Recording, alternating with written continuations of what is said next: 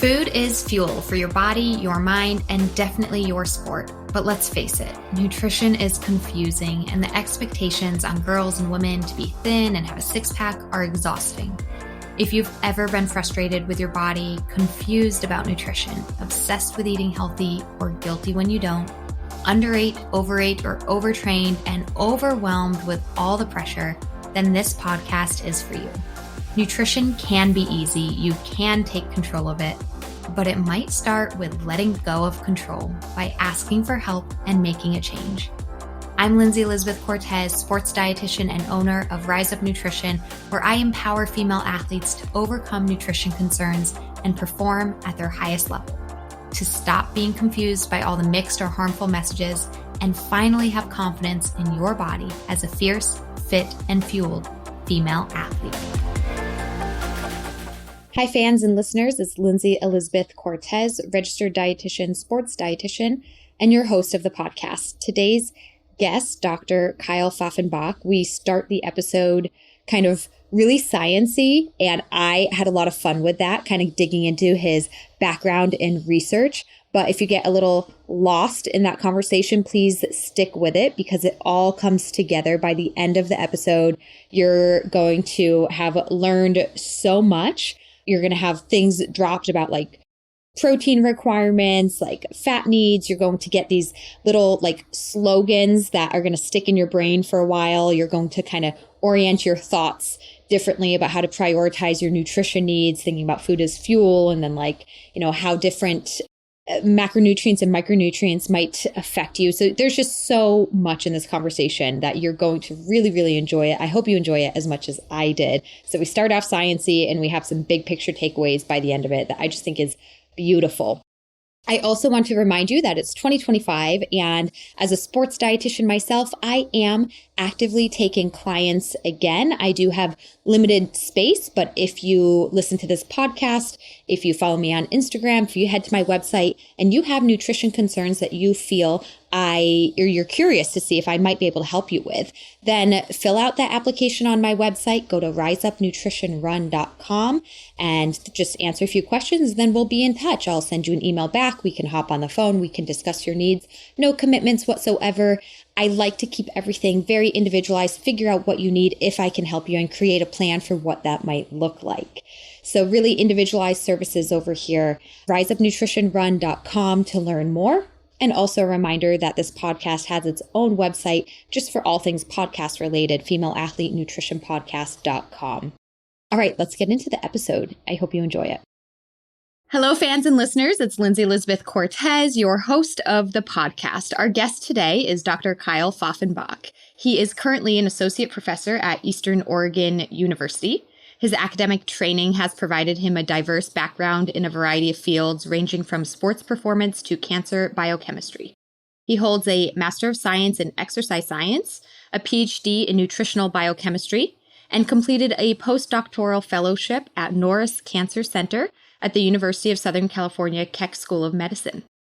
While he teaches a variety of classes for the Eastern Oregon University's Health and Human Performance Department, his main focus is on the cellular physiology of exercise, nutrition for health, and nutrition for sport performance.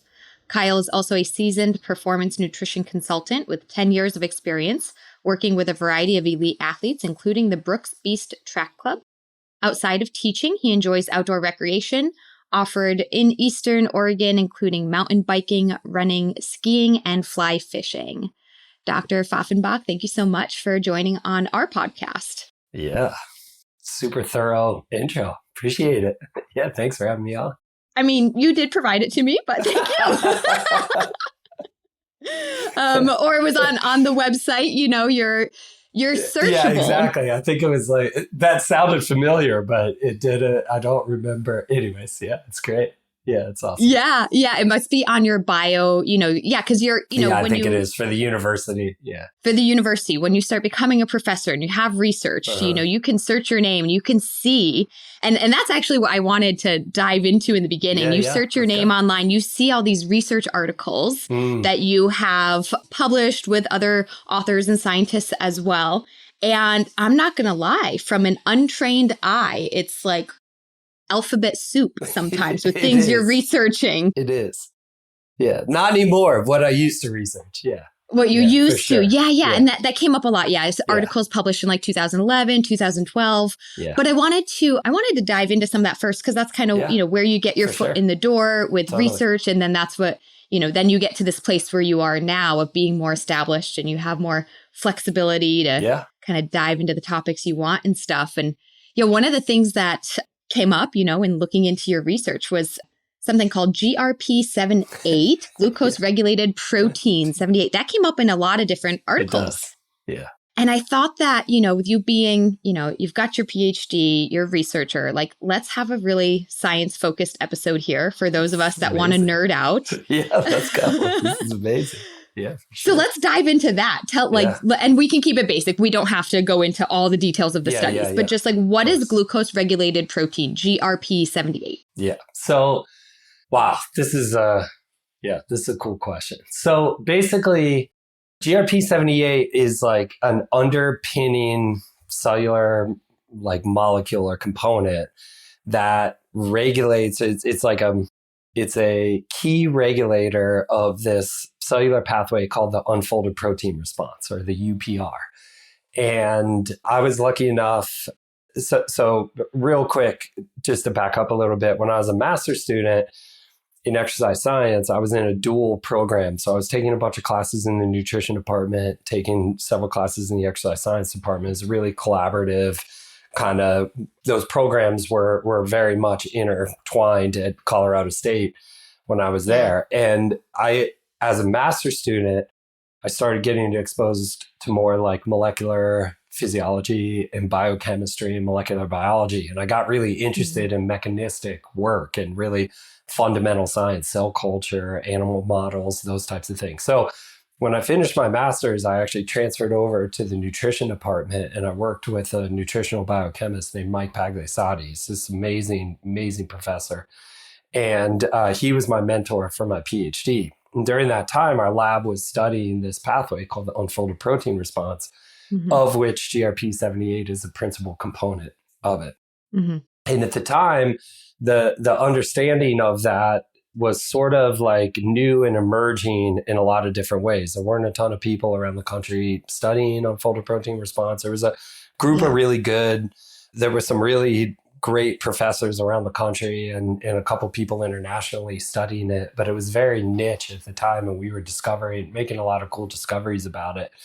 And what it is that the UPR is really interesting because it's highly conserved. So some version of this molecular pathway is in every cell that we've looked at, and it's in yeast all the way up to humans. And so it's really, really important. Yeah. And basically what it is that when you make proteins in your cells, you have protein synthesis, something like a lot of, I'm sure you're familiar with, you talk about a lot with recovery and things like that. Okay. So when you make those proteins, they're not actually functional when they're initially made. They have to be like folded and put into what we call their functional conformation. Oh. And so you get protein synthesis at the ribosome, and then it comes out, and then you have these proteins called chaperone proteins that help fold the protein into its functional state. Yeah. And what happens is that when protein synthesis, when newly and unfolded proteins accumulate beyond the capacity of the cell to fold and handle those things, we activate this response pathway called the unfolded protein response. So it's really because protein folding requires like energy, and it requires resources and these types of things that's associated with growth. It can also be disrupted in response to like overstimulation of growth signals, like in the case of type 2 diabetes and things like that, when you have a lot of insulin in the system and you're trying to regulate. Overstimulation, And so you have this unfolded protein. And also when the cell doesn't have enough energy to fold and process these proteins, then we have to find a way to reduce protein synthesis and kind of turn on these emergency pathways that allow you to re-regulate the balance between protein synthesis and the capacity to process these proteins. And so that's like a quick version of what the unfolded protein response is. And there's 3 branches to it, particularly in mammalian cells. There's 3 branches to it. And those branches are actually regulated by GRP78. So GRP78 sits on these regulatory programs. They're on the membrane of the endoplasmic reticulum. Mm-hmm. And they sit there. This is really getting nerdy here, but I'm loving it. Okay. But I'm going to pull this all together for us in a little bit. So keep going. Okay, yes. Cool. So GRP78 sits on these regulatory proteins. And when it senses that, so GRP78 is actually a chaperone protein. Mm-hmm. So when you have the accumulation of unfolded proteins, the GRP78 that's holding these regulatory cells dormant, they leave those regulatory cells to go help deal with the accumulation of unfolded proteins. But when they do that, they activate the response proteins.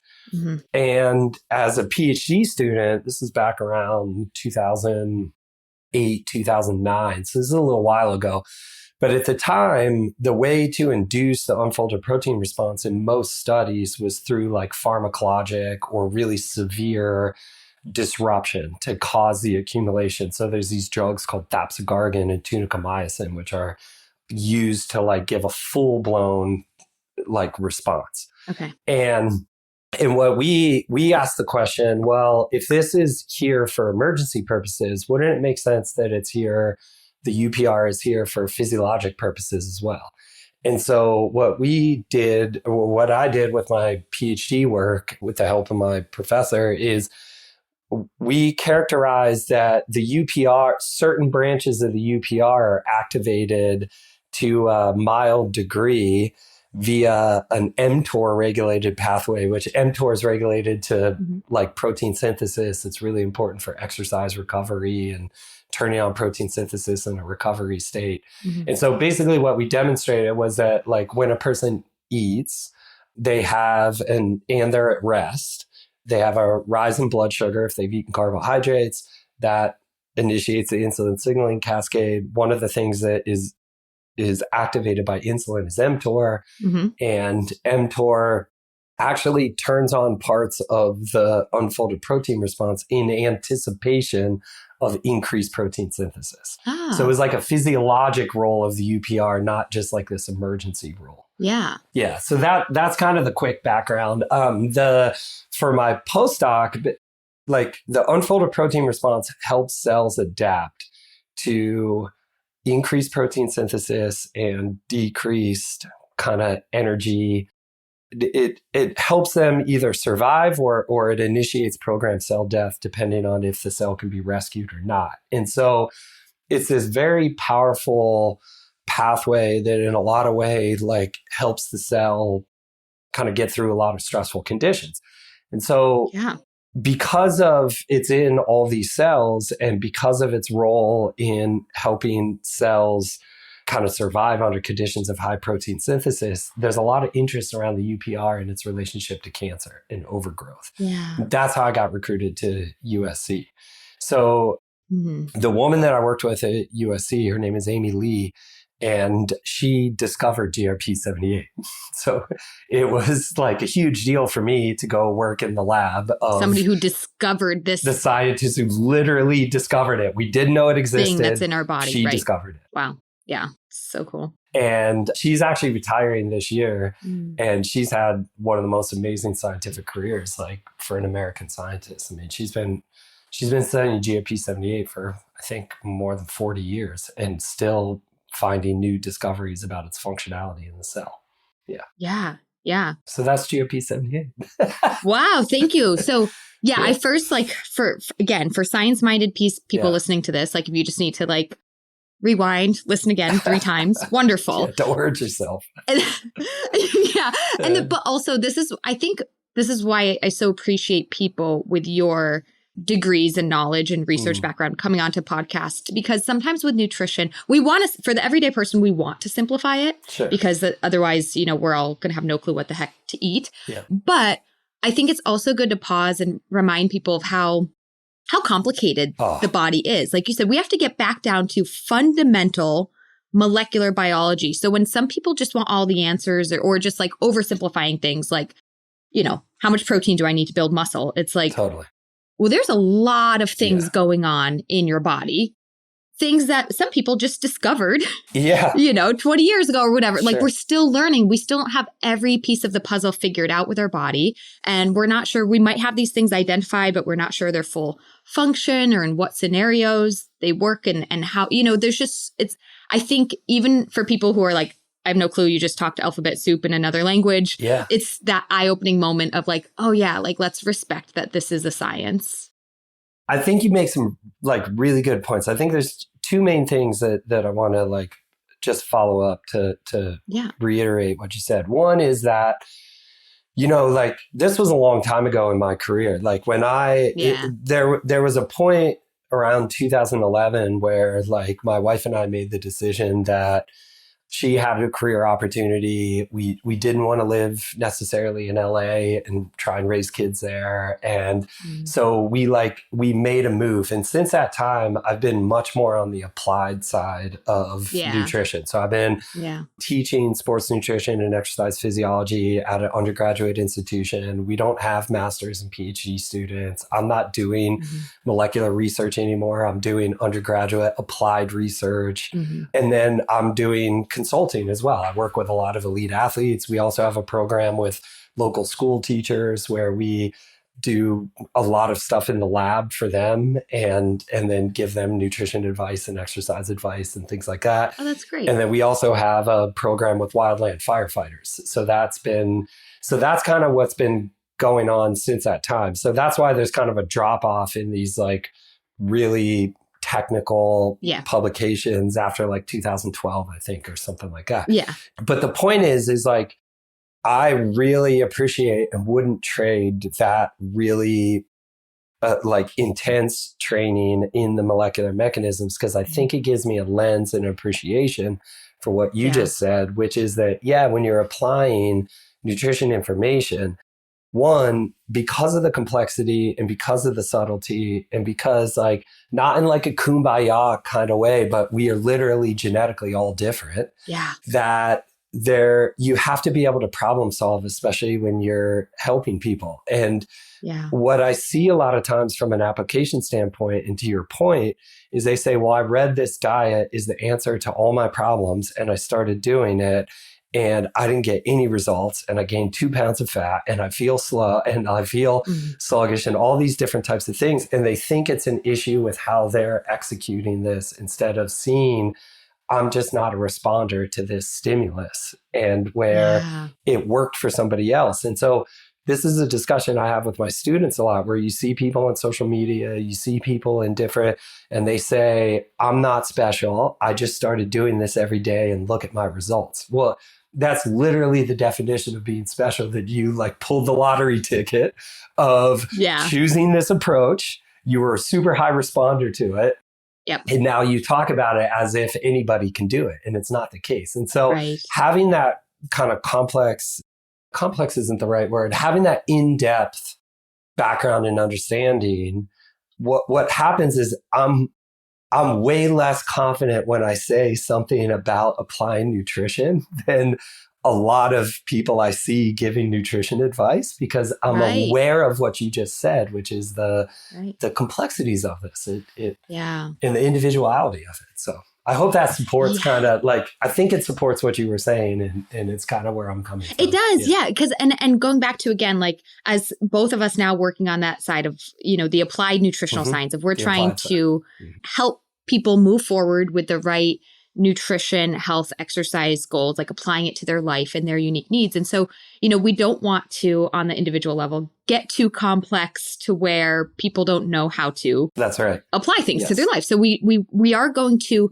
simplify, but at the same time, we're going to simplify in a way that respects the thousands of different outcomes that are possible. Absolutely. And I agree with you. I think it's a red flag when, as a consumer or as a patient, you go to a provider or a fitness specialist or a nutrition specialist who is going to say like, oh, it's got to be this. Oh, you have to do this way forward. Oh, you have to take this supplement. This diet's going to work. It's like, that's the red flag, because there are thousands of possibilities. And if somebody's narrowing it down to like one way forward, so you actually, this is why, like you said before, like you're searchable, you can search it, but there's no like there's no like Kyle Pfaffenbach method when you start. That's There's true. no like, Right. 10 easy steps to your best self type stuff Yeah. and so, yeah, like what happens, and I'm not, for me, from an application standpoint, I'll sit down with a client or an athlete and I get their information and I try and gain some understanding about them and their experience and what's worked for them. And I try and be really open to that. And then the other thing is that I'm really comfortable saying we're going to start at this basic recommended place that we know is going to achieve some level of like, you're not going to be malnourished. This is a healthy kind of textbook place to start. Yep. And then we're going to find out what you like respond to and what works for you and what doesn't work for you. And we're going to try this and we're going to try that. And you have to be flexible so that when someone comes to you and says, hey, this did not work for me, or I didn't like this. You have to be humble and flexible. Yeah. And you can't say like, hey, you're doing it wrong. No, you have to be flexible. So like, there's always a way to kind of and that's the part of the process that I really like. I like it too. I think for the client or the athlete, it can be hard. They just want that answer and that solution and that path forward. But the answer and solution it's in the path. It's in the journey of we're going to work together. We're going to figure it out, which takes on their part, patience and trust as well. But I think for both you and I, it's like, we're working. The goal is to work with people and adjust with them because, we're going to start you somewhere. We're going to see how your body responds. And then we adjust again. We see how your body responds. We adjust again.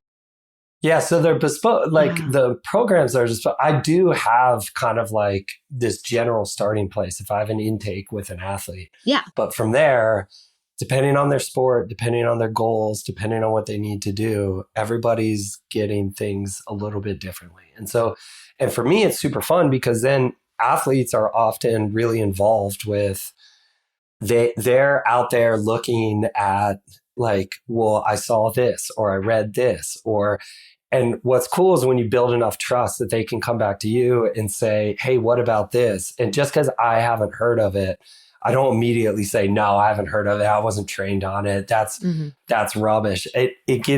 I'm really academically curious or intellectually curious. And so it's been a huge learning experience for me working with a variety of different people from recreational aging athletes to like elite Olympic medalists. And I've been able to learn a lot. And so it's really a cool process. Yeah, absolutely. And I was kind of thinking like with your background and a lot of it did have to do with more like, protein building and what does that look like when we're in a state of malnourishment or going through cancer versus overstimulus? I like how you said that, like overstimulus meaning, we need, in order to build muscle, you're going to need insulin, but there's a point where maybe too much insulin. Yeah, of course. So that overstimulus and understimulus, I love how you phrase that. But anyways, I guess what I kind of want to get at is going from that, you did the really complex nutritional research and specifically kind of in these things that have to do with muscle building, protein synthesis pathways.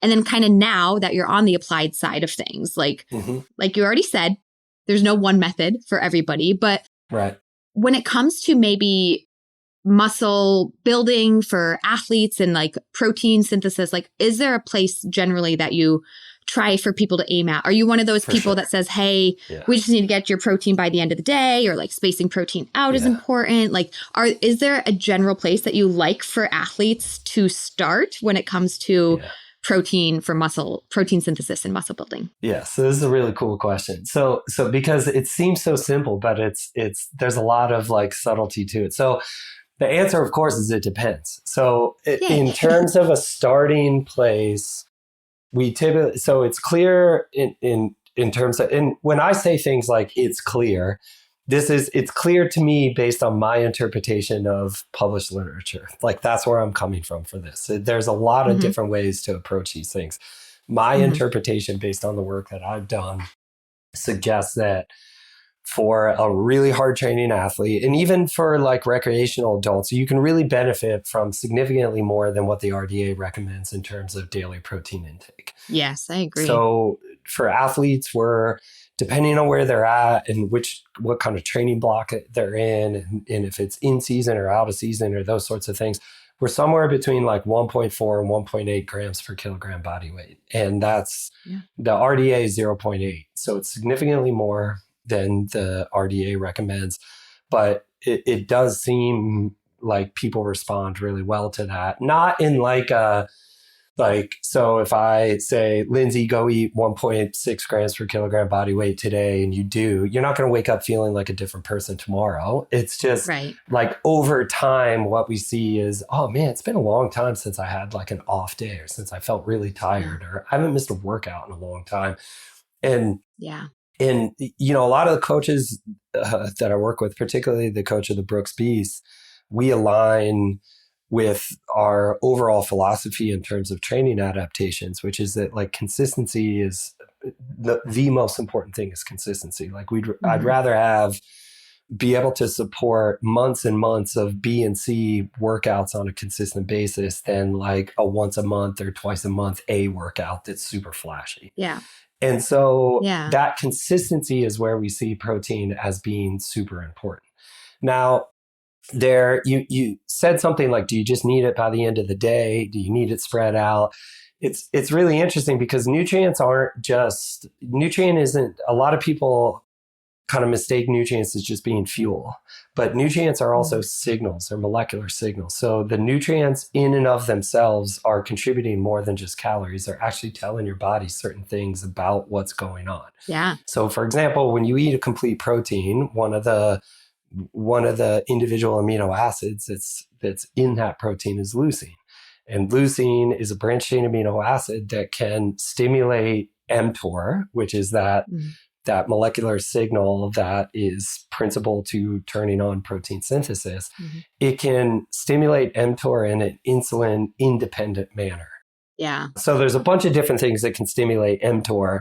Leucine is one of those things, and it does so in an insulin independent manner. So you can actually you can turn on protein synthesis to a certain degree in the absence of insulin.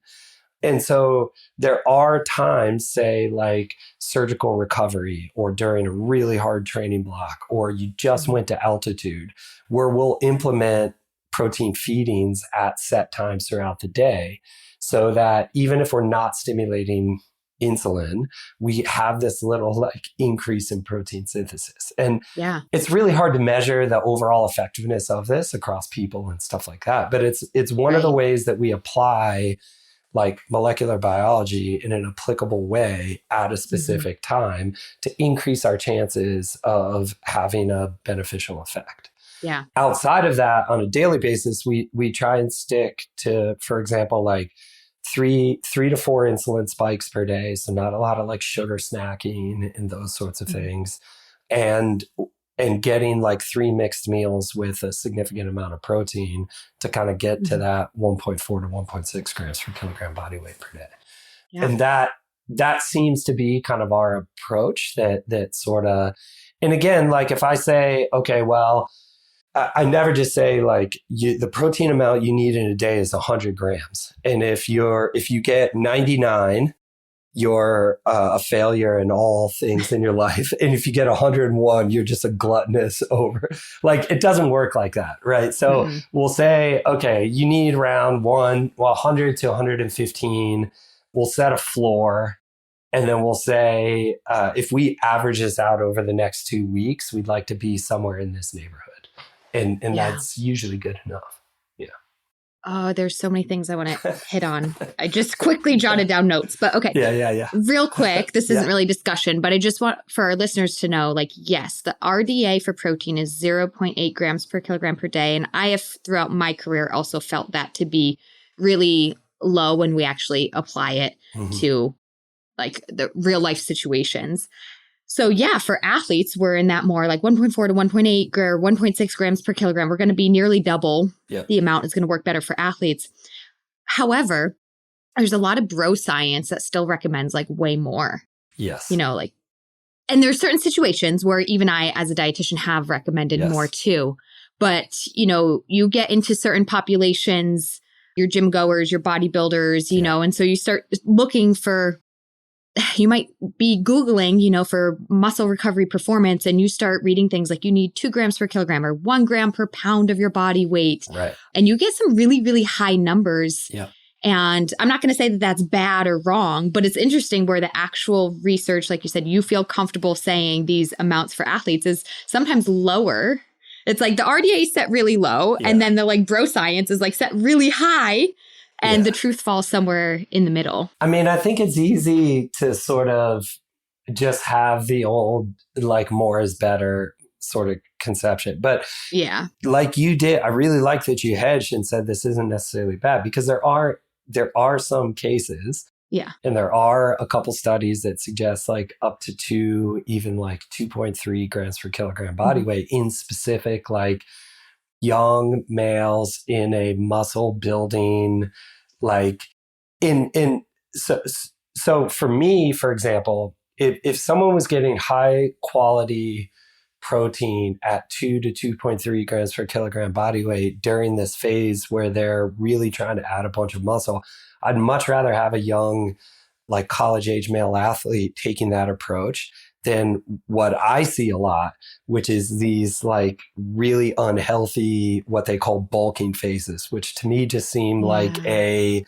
excuse to overeat and gain as much. And they say, oh, I'm going to bulk up by overeating and all these calories. And they're getting those calories from things like fast food and candy and drinks and things like that. And then they'll say, oh, later on, I'll cut. And physiology doesn't really work like that. And the body doesn't really work like that. When you gain weight, especially a lot of weight in a short period of time, it does things to us metabolically. And so there are times, but to be honest with you, there seems to be diminishing gains, both just practical things like financially, it's super expensive to eat 2 grams per kilogram protein's body. Expensive. Especially if you weigh 210 pounds or 215 pounds. Yeah. 2, protein's really filling and it keeps us full for longer. And so it becomes really difficult to like get enough calories, especially if you're trying to fuel for aerobic activity, if you're getting that. And then 3, like it's one of those things where I think if you start at 1.8 and you're still having these periods of where like training goes well and then it stops going well and you have to take a bunch of time off because you're not recovering, and then it goes well for again and then it stops going, and then we try, okay, well, let's go up to 2 and see what happens, and there's a response. One of the things I do is I go on every once in a while to the Trainer Road podcast. I think that's how Ruby found out about me. Yeah. Yes. And their host, Jonathan, was telling me he feels way better at like 2 to 2.2. And who am I to say like, no, that's wrong. But he also did like a real, like he was very careful about how he came to that conclusion.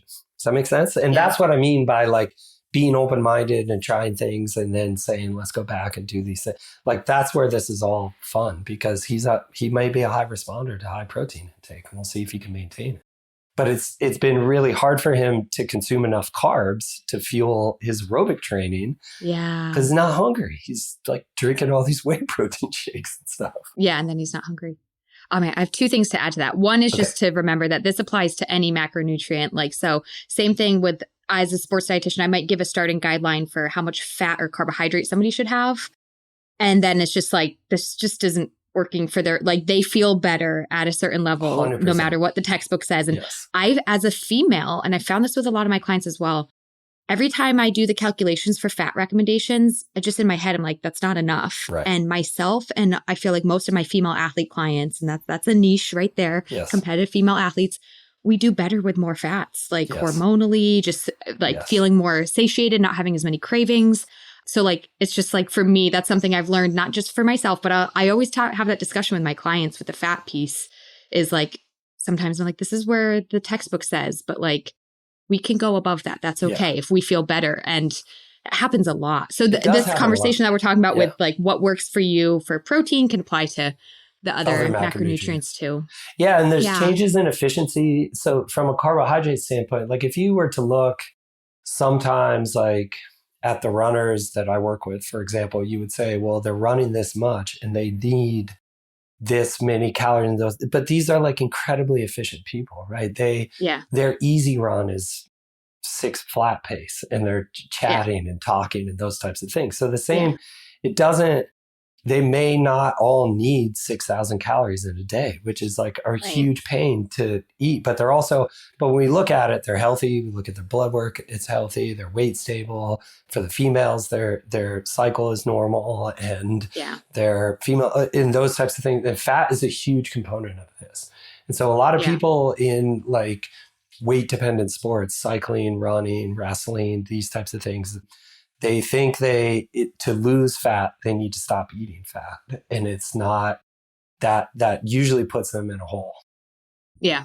Yeah, I agree. So I agree. Fat is super, super important. So just a few moments ago, you mentioned too, like sometimes when you are aiming higher on the protein for whatever reason, maybe you feel better there, or just because you think you're supposed to be higher on the protein, it can fill you up. And then in endurance sports, maybe we're then not getting enough carbohydrates. Yeah.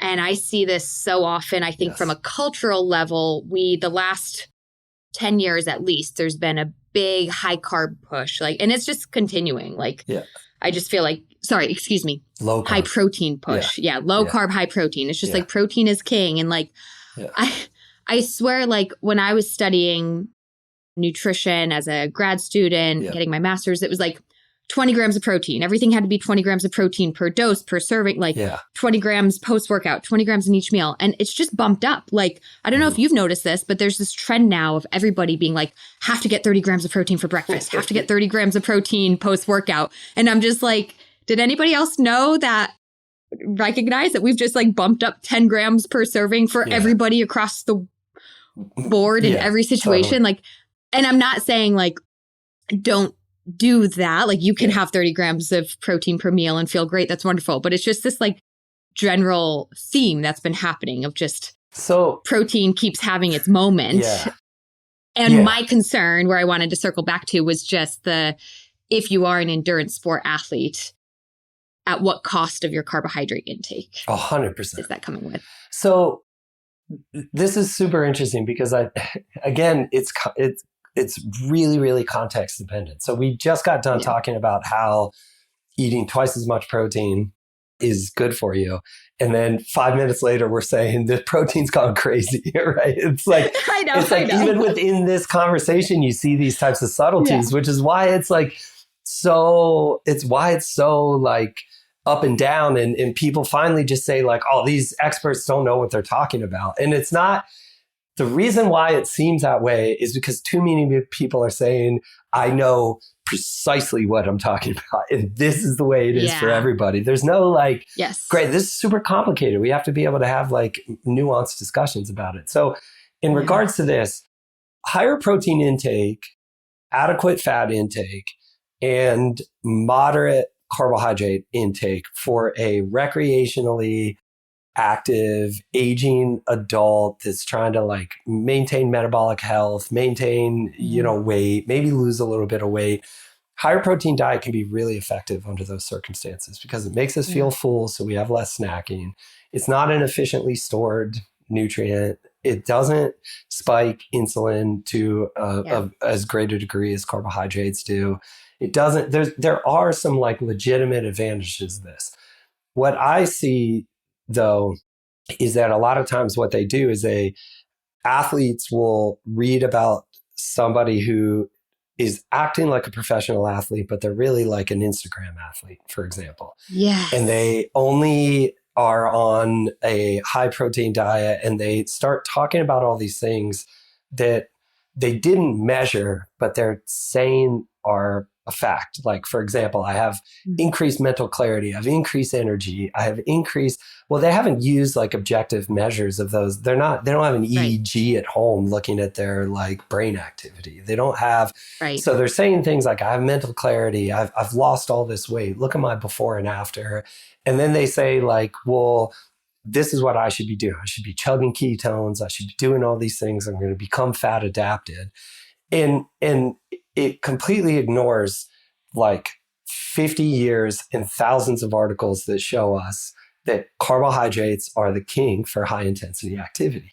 And so what happens is that you're just getting you're taking something from someone in a completely different context that wasn't accurately sort of evaluated. And then you're trying to apply it to yourself in this other context and expect like high performance out of it. And so the thing with the protein is like the basic approach that we do from an application standpoint is to basically say, we're going to set your protein, we're going to set your fat, and then we're going to modulate carbohydrates based on training. And that's worked really well for us, so that I know what I'm getting. And sometimes that is 30 grams per meal if they're eating 3 times a day. Yeah. Sometimes it's less than that. And there's a misnomer out there too about how sort of we don't absorb more than 25 or 30 grams of protein at a time. And it's not necessarily the case. Like, protein as a nutrient signal has a biological ceiling at about 25 grams, 20 to 25 grams. But there was just a paper that came out a couple months ago showing that we absorb the amino acids and if we eat 100 grams of protein in a meal. So there's just all these different things about it. So I think like... And all the protein loving people rejoiced. Yes, let's eat 100 grams of protein.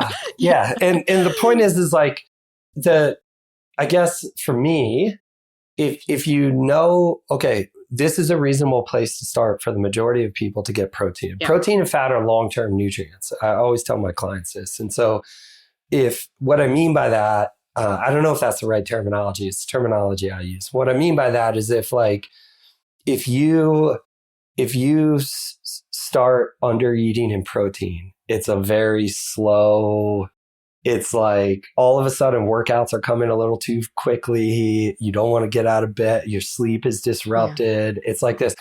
And at that point, if I'm like, oh, you're eating half the amount of protein you're supposed to have been eating, or you're not consistent with your protein intake, I can't have you just eat like half of a cow and protein's back. Or same with fat. Right. It's long term. Right. Same with fat. If we find out that you're under eating in fat, I can't just have you eat like a bowl of Crisco and we're back, baby. Like it doesn't, it doesn't work like that. Like it's a long decline and it's a long way out of it. Yeah. And so consistency with protein and fat intake are paramount to the approach. Whereas like carbs, if you underfuel in carbs, if you have one bad workout and your protein is good and your fat is good and your sleep is good, you probably underfueled in carbs. Yeah. And so we can deal with that immediately. Immediately, yeah. Wow. Okay, so 2 things that you said in this podcast, I'm Kyle, I'm going to have to steal them and use them in my practice because I love the terminology. And I'm also going to be totally honest, it's been a while since I've really heard things said differently in a way that I'm like, wow, that makes people think about it differently. So the first thing is, I love the long-term, short-term nutrient thing. And I see that in practice too. It's, one of the easiest things I do in my job is when somebody's like not eating pre-workout carbs and, they're tired, I'm not doing well. And I'm like, okay, well, let's try some toast or some fruit before workout. And then they come back the next day. I just had an amazing workout. It's awesome. Like, well, that was easy, right? That's awesome. But that's also the point that you're saying. Yeah, carbohydrates, especially in our short term for athletes, for sure, with your workouts. And also just even if you're not competitive athlete, just like daily energy, feeling like carbohydrates have that short-term impact of both. Are we eating enough or are we eating too much? Because that insulin response where it can affect our physical energy like that day, the next day. Correct. But I love thinking about protein and fats and more long-term. And I think this is also why in the case of athletes who like over time, I'm more run down, I'm more tired. Like I didn't have this acute injury. It's not like I tore my ACL, but I'm just like, a year ago I was on top of things and now it's like I'm taking time off. I'm just not recovering. That's where it's like, ooh, maybe we need to look at these more, how nutrition is impacting us more long term. And that comes up a lot in the athletic world, I feel. So I love that terminology. When you're consistent with protein and fat, it makes problem solving around day-to-day energy levels much more straightforward because it's like, it basically then can only be a carbohydrate issue, a sleep issue, or a sickness issue. Yeah. And so we get to the point with the pro runners that I work with where it's like, if you have one bad workout, I want to know about it because there's problem solving that can be done. It's not just like, I had a bad day. Because again, that consistency is paramount. So we can deconstruct these things that are like your normal culprits. Like, did you get enough carbs in the meals leading up to this? Have you? Yeah. But as long as fat and protein are consistent and raw vegetables at every meal are consistent, it takes a lot of questions off the table when you're trying to like optimize and problem solve. Yeah. So I'm just thinking, I'm like, hydration's another one of those short-term ones too, right? So, okay. Another thing that you said earlier in the podcast was, we think about food as fuel, but you also think about food as signals to your body.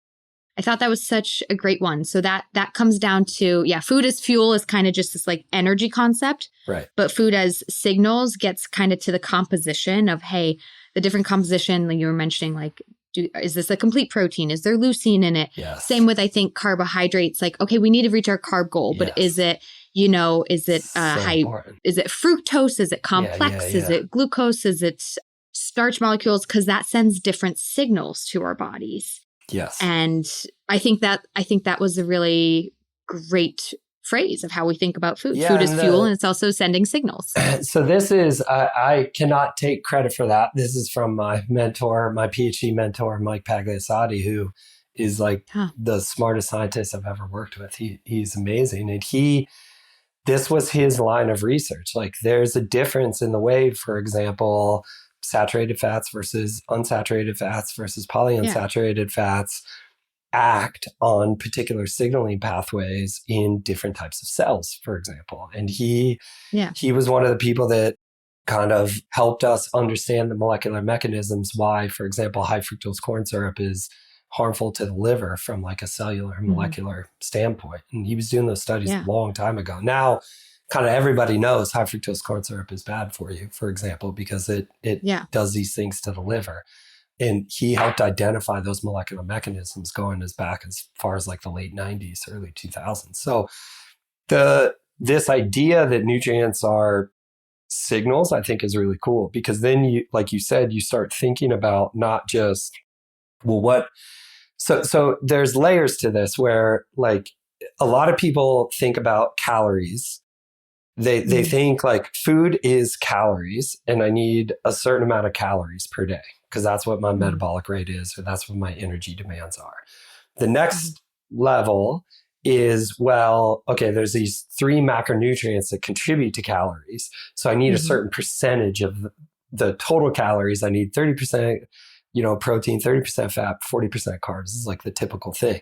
What I don't like about that is that it makes everything super static. And when you change the overall calories, you could actually, if you implement a responsible caloric deficit, you may go below what you need from a protein standpoint if you're taking a percentage, right? So I think that math gets too complicated. So I always just work on grams per kilogram body weight of the 3 macronutrients. Yeah. And when you're doing that, it's easier to read food labels. It's easier to apply. It's easier to learn what's in your food. And then from there, you're talking about within those macronutrients, what are the type of those macronutrients and what are the goals that I'm trying to get at? And so it's like this, you sort of stepwise build this like, I think of it as like having, I know I'm working my way down, but actually you have to have this solid base to your pyramid and then you add things as you go up. And as you go up, things become more specific and probably less impactful. But when you're looking for marginal gains or you're looking for optimization, those things start to become important. But it doesn't matter how much creatine you're taking. That's an up here, small block of the pyramid thing. If you eat fast food 5 times a week. Right. Like, So you have to get those basic things in place. And I think that in terms of understanding this idea so we know, for example, we absorb more glucose if we add a little bit of fructose to it, right? So you get like a fructose glucose mixture. There's a 2-to-1 ratio and all these different things that's the way our gut is set up. But we also know that under rested conditions, eating a lot of fructose, the majority of it gets trapped in the liver and it floods metabolic pathways and it can lead to non-alcoholic fatty liver disease and these different types of things.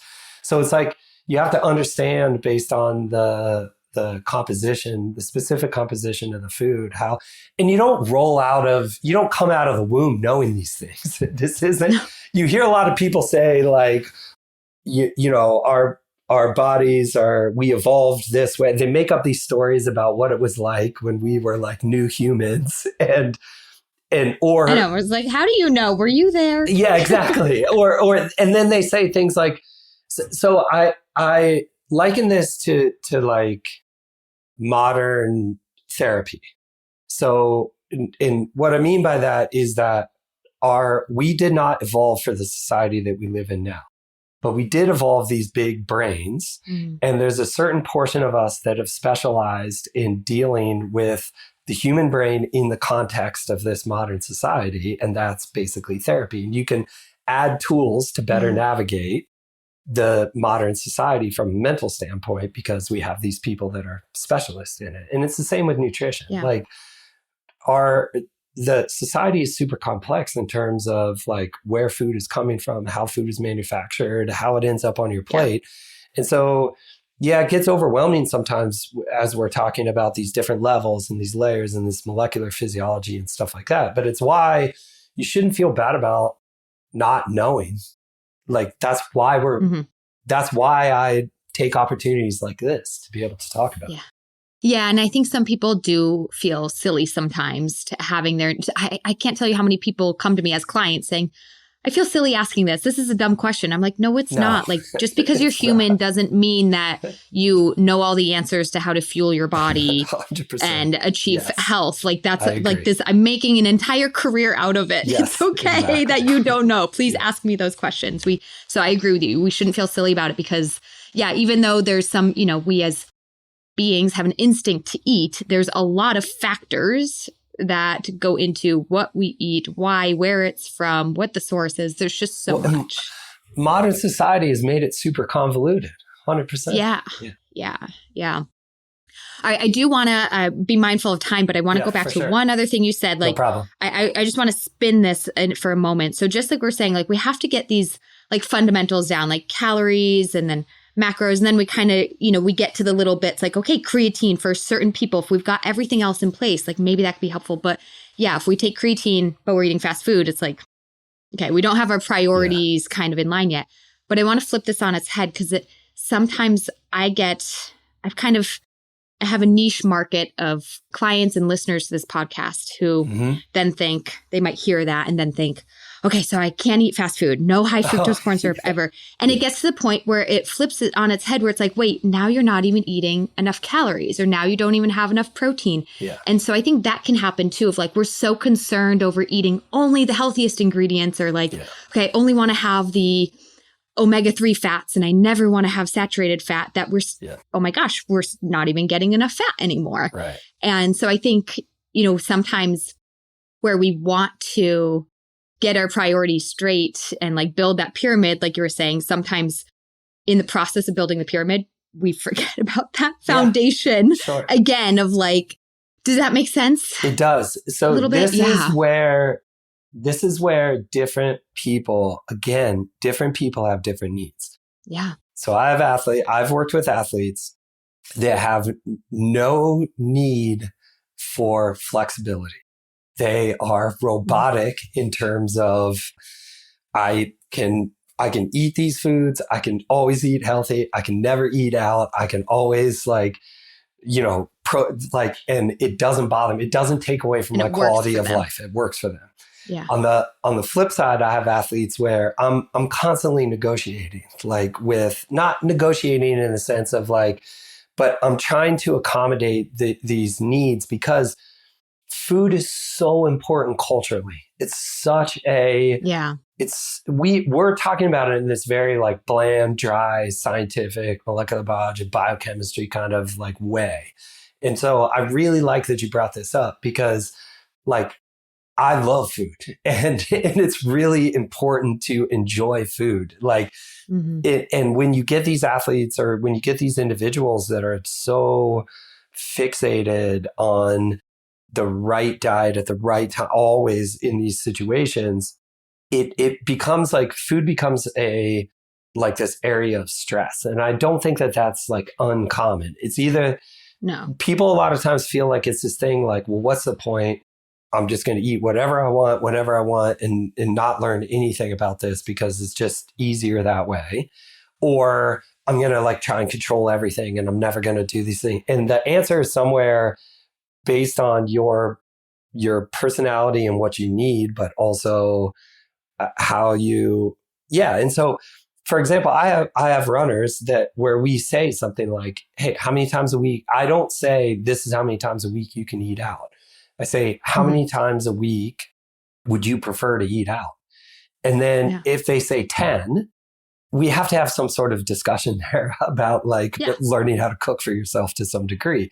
But if they say 2, we go, okay, well, let's figure out like a list of 15 restaurants in the Seattle area that we know are acceptable in terms of having healthy organic food, like whatever it is, right? What works for you. And again, if it's like, if your goal isn't to be the best in the world, then you don't have to make as many sacrifices as somebody that is trying to be like, get everything, right? And then the other thing is like, I think it's really important to understand that like a lot of people say, okay, I'm going to like try this.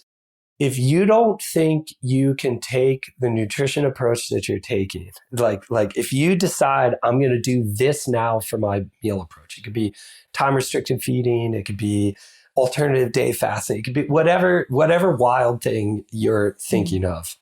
If you can't honestly say, I could do this every day for the rest of my life, no matter what, irregardless of travel, holidays, social situations, sickness, wellness, training, then by definition, that's not a sustainable approach.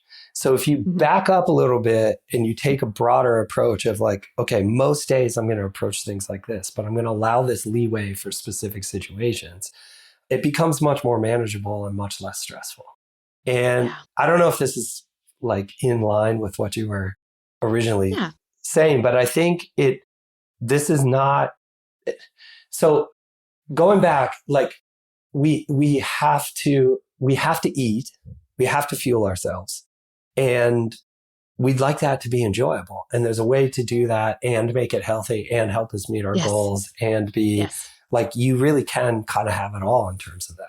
Yeah. You can have it all. And I think it's all dependent on you and what's going to work for you to have it all. So like you said, there's some people that it works to be regimented, and other people, like, the proof is in the pudding. If you've been super regimented and now you have reds, you're injured, you're unhappy, you're social, it's like, okay, that way doesn't work for me. But you can still have it all where you are healthy and performing well in a way that works for you. So there are times, like we have times where people are like, I don't feel like I'm doing enough nutritionally. I'll have a client say something like that.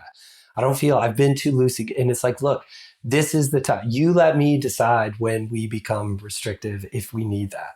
You let me, that sort of thing. Not because I'm all knowing, but because it takes the mental pressure. These individuals are under so much pressure as it is to perform. If you as a consultant cannot add to that, but take that away by saying like, look, I got you. When it's time and when we have this date circled on the calendar, we need to be ready on that date. I'm conscious of it. So just like, I'll let you know when we need to get after it. And I love that too, because it's trusting in you as their nutrition coach, just like, their track coach that day says, that's right. Easy pace day. On an easy pace day, they're thinking, I'm not working hard enough. I'm not doing enough. No, this is built in for a reason, because we're going to have a hard day coming up, Such a good analogy. So it's the same thing. Like you're allowed to be loosey-goosey with your nutrition right now, because there's going to come a point where we are going to dial it in. And I think creating that parallel between training and nutrition is great for these athletes. I mean, getting people to run slow when they're supposed to be, or work out easy when they're supposed to be working out easy is a huge challenge. It is. These are like really high achieving people that are also super competitive, and like, but the ones that understand, like, there's a time to go hard. There's a time to, I call it turning the screws. Like the screws are pretty loose right now. So don't like, this is what I want. But generally they're really wide. They're really wide guidelines. Like we're talking about, like we have sort of, I want them thinking twice about, do I need this last drink or not? Have I achieved my social goals with being out and drinking 2 beers?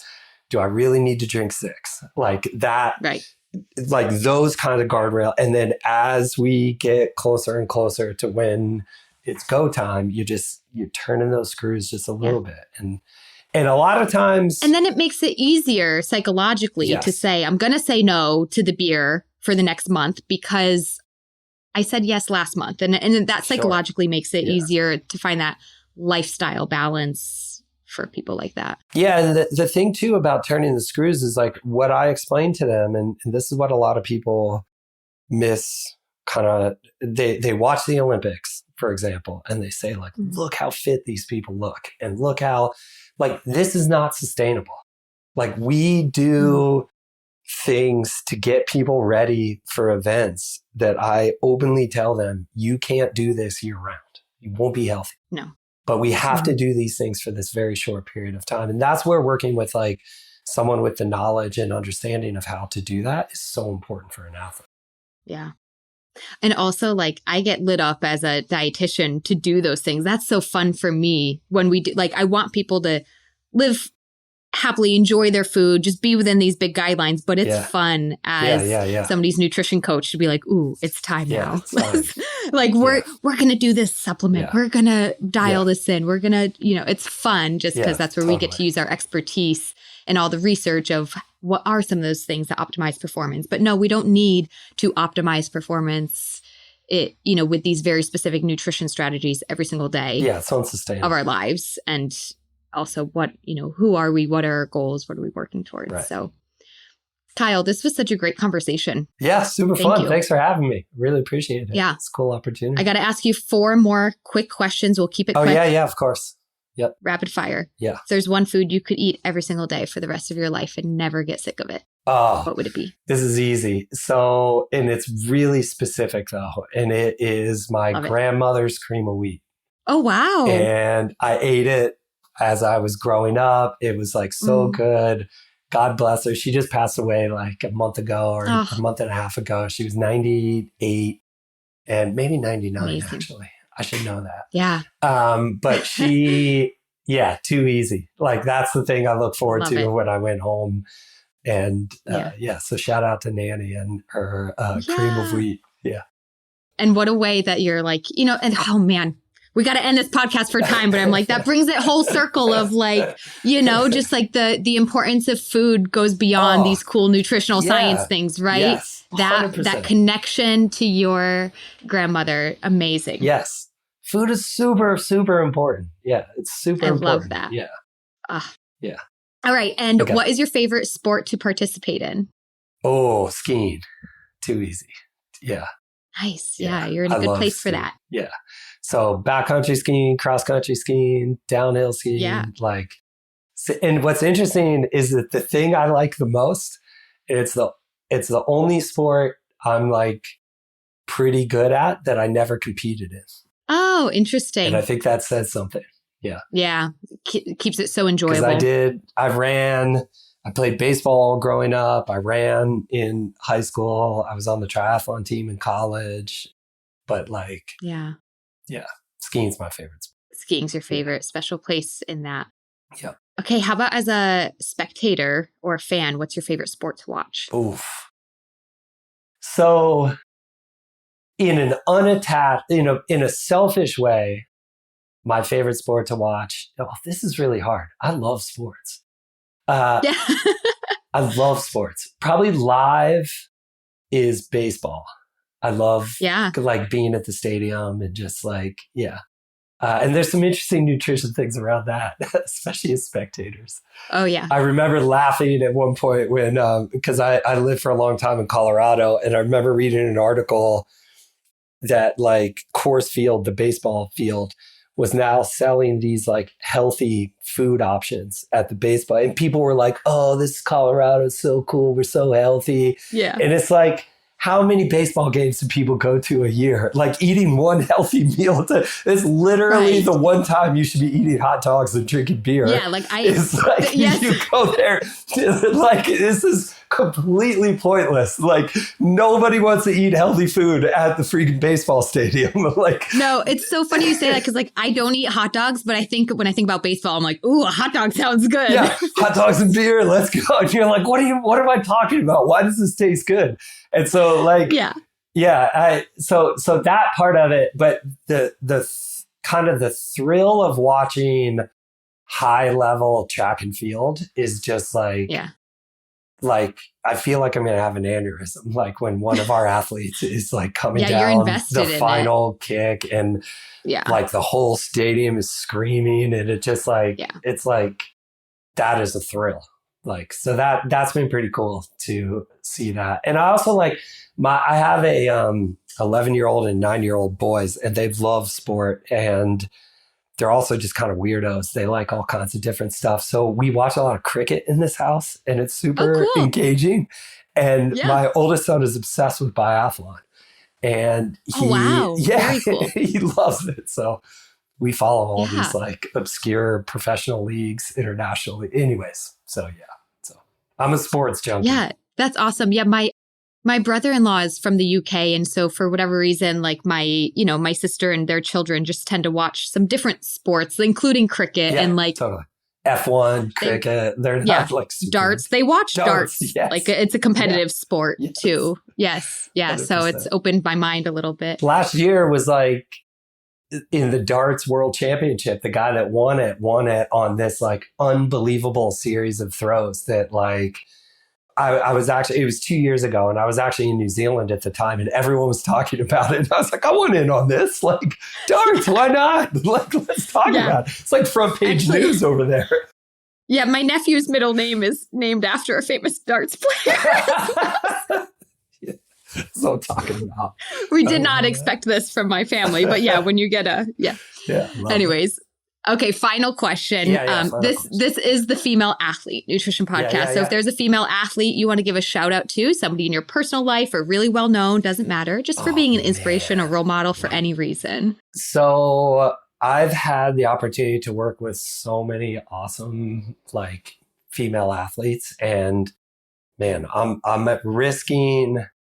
Oh, you put me in a tough place because I don't want to leave anybody out, but I know. So I've been, for example, with an athlete named Kate Courtney since I think 2015 or 16. She's a mountain biker, professional mountain biker. I recently started working with a triathlon named Chelsea Sodero. She's amazing. We've had a number of amazing Brooks athletes. Some of my favorite athletes are the ones that just like they really grind and dedicate themselves day in and day out. So like if you go and look currently at the Brooks Beast, the female side of that roster is just full of grinders. They're awesome. They just kind of do the things every day. So Ali Bahalski comes to mind, Kaylee DeLay, Marta Fritas. I'm forgetting so many of them. But so the Brooks Beast, that the female side of things are awesome. And I have to say, like, I'm not a female. I don't live that experience. And so to be trusted to work with female athletes, and I take that really seriously. And I think it's a huge opportunity. So it's super cool. Yeah. Katie Scheid is another one. She's an ultra runner. So if you are a female athlete who's worked with Kyle and you did not just hear your name, trust me, the look on his face is in pain that he did not mention your name. I know. I mean, he cares deeply about you. And I mean, one of the first cyclists that trusted me was a woman named Megan Garnier, and it was a year she won the Giro Italia. Yeah. And I was pretty new to consulting, but I was kind of knew I could do it, and she trusted me, and we got to some cool places. And that's awesome. Yeah. So along with her entire performance team. And, there's a sports psychologist named Kristen Keim that really has introduced me to a lot of amazing female athletes. And she's an amazing performance psychologist. And so, definitely wouldn't have had the experiences or the kind of success that I've had without female athletes. Love that. Thank you so much, Kyle. This was a really awesome conversation. That's so cool. Thanks. I really appreciate the opportunity. Thank you so much for listening. I really hope you enjoyed the episode.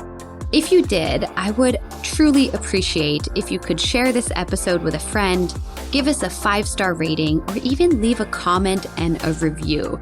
It really helps boost engagement and searchability and get episodes like this into the ears of people who will benefit from improving their nutrition and getting help. If you yourself are looking for more resources and help, you can head to riseupnutritionrun.com to learn about all my services and offerings. You can also find more resources at femaleathletenutritionpodcast.com, where we have all the resources surrounding this podcast. Both of those links are included in the show notes.